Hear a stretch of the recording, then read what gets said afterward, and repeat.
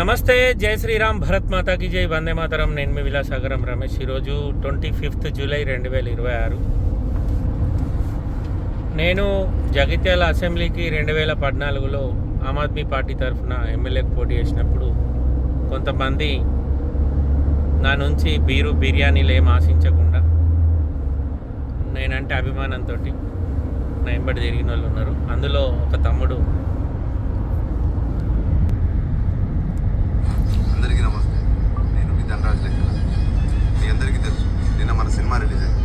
చూసిన వాళ్ళందరూ చాలా బాగుందని చెప్తున్నారండి. కర్ణాటక సైడ్ అయితే హౌస్ఫుల్. అండ్ ఈరోజు మన సినిమా హే చికిత్స యూనిట్తో హీరోయిన్ అందరితో మన జగిత్యాలకి బాలాజీ థియేటర్కి 11 o'clock షోకి వచ్చేస్తున్నాం. మరి లేట్ ఎందుకు, మీరు వచ్చేయండి, కలిసి మన సినిమా చూద్దాం. ఈ తమ్ముడు వీళ్ళ కుటుంబ సభ్యులందరూ మనకు బాగా దగ్గర. వీళ్ళ నాన్నగారు, వీళ్ళ అమ్మ. ఎందుకంటే వీళ్ళు మా పాత ఇంటి దగ్గర ధర్మపురి రోడ్కు ఎస్కేఎన్ఆర్ డిగ్రీ కాలేజ్కు ఆనుకొని ఒక హోటల్ నడిపించారు. దగ్గర 15-20 years నడిచింది హోటల్ అది. వాళ్ళ నాన్నగారు చనిపోయిన తర్వాత వాళ్ళు హోటల్ మెల్లమెల్లగా తీసేసారు. జగిత్యాలకు ఆనుకొని ఉన్న నాగనూరు లచ్చకపాట గ్రామం వీళ్ళది.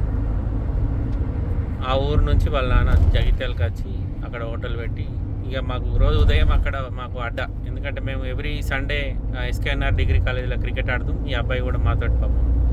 ఆయనే మా బావలు, మా చిరంజీవి బావ, మా రాజు బావ, మా తిరుపతి బావ, మేము అందరం కలిసి ప్రతి సండే మార్నింగ్, ఒక్కోసారి ఏదైనా హాలిడేస్ వచ్చినప్పుడు కూడా మార్నింగ్ టైంలో క్రికెట్ ఆడతాం. అప్పటి నుంచి ఈ అబ్బాయి మనకు పరిచయం. మెల్లమెల్లగా చాలా కష్టపడి తెలంగాణ నుంచి ఒక కొత్త డైరెక్టరు ఒక సినిమా తీసి నిన్న మనోళ్ళు దగ్గర నేనే ఒక 10-12 మందిని పంపించిన. నేను నిన్న సినిమా కోయటనే కానీ నేను బండి తీసుకొని ఢిల్లీ పోతున్నా అని 2-3 రోజుల నుంచి ఈ వీడియోలో చెప్పిన. చాలా కాల్స్ వచ్చినాయి, అన్న మీరు ఎప్పుడు కొడతారు, మేము ఢిల్లీ వస్తాం అనుకుంటున్నాం అంటే. మేము నిన్న రాత్రి 9:30-10 గంటలకు బయలుదేరి ఇప్పటి వరకు దగ్గర ఒక 450 కిలోమీటర్ దాకా ప్రయాణం చేసినాం. మేము ఏదైతే సినిమా ఉంటుందో మనకు కావాల్సిన వాళ్ళందరూ సినిమా చూసి బయటకు వచ్చినాక నాకు కాల్ చేశారు.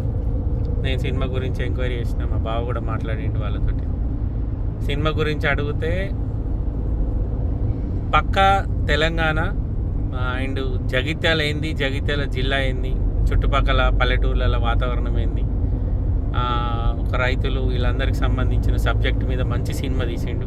చాలామంది అప్రిషియేట్ చేస్తే వెంటనే మా బావ అబ్బాయికి కాల్ చేసిండు.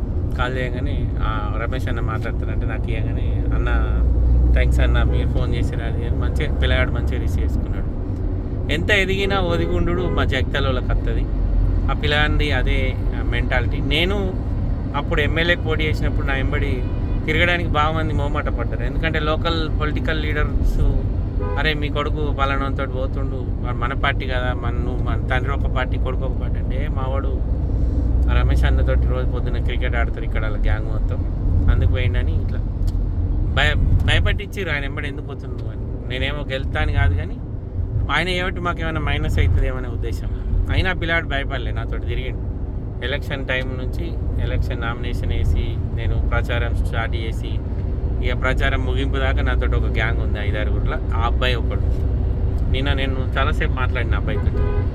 చాలా కష్టపడ్డావు తమ్మి, ఆల్ ద బెస్ట్, మంచి సినిమా తీసినావు, డిసప్పాయింట్ కాకు. సమాజంలో మనం మంచి బట్టలు వేసుకుంటే ఇక్కడ ఆగుతలేడు అంటారు, చిన్న బట్టలు వేసుకుంటేనేమో ఇంకేం తక్కువైంది ఈ బట్టలు వేసుకుంటారు. ఇవన్నీ కామన్. మనని నిజాయితీగా అనుకునేటోడు నిన్ను మెచ్చుకోకున్నా ఎక్కడున్నా అభిమానం వేరే ఉంటుంది. ఈరోజు నువ్వు ఈ స్టేజ్కి వచ్చినావంటే మా అందరం ఎవరెవరైతే నిన్ను చిన్నప్పటి నుంచి చూసినామో అందరం చాలా సంతోషంగా ఫీల్ అయినాం.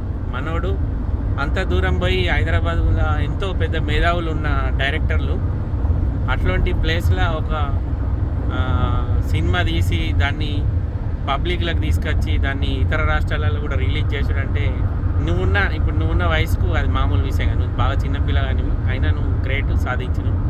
నీకు నిజంగా మా అందరి ఆశీస్సులు ఉంటాయి. All the best, all the very best. ఇంకొక మంచి ప్రాజెక్ట్ తోటి నువ్వు మళ్ళీ ముంగటికి వచ్చి నువ్వు నిరూపించుకోవాలని మనస్ఫూర్తిగా కోరుకుంటున్నా. మళ్ళొకసారి అందరికీ జై శ్రీరామ్, భారత్ మాతాకి జై, వందే మాతరం, జై.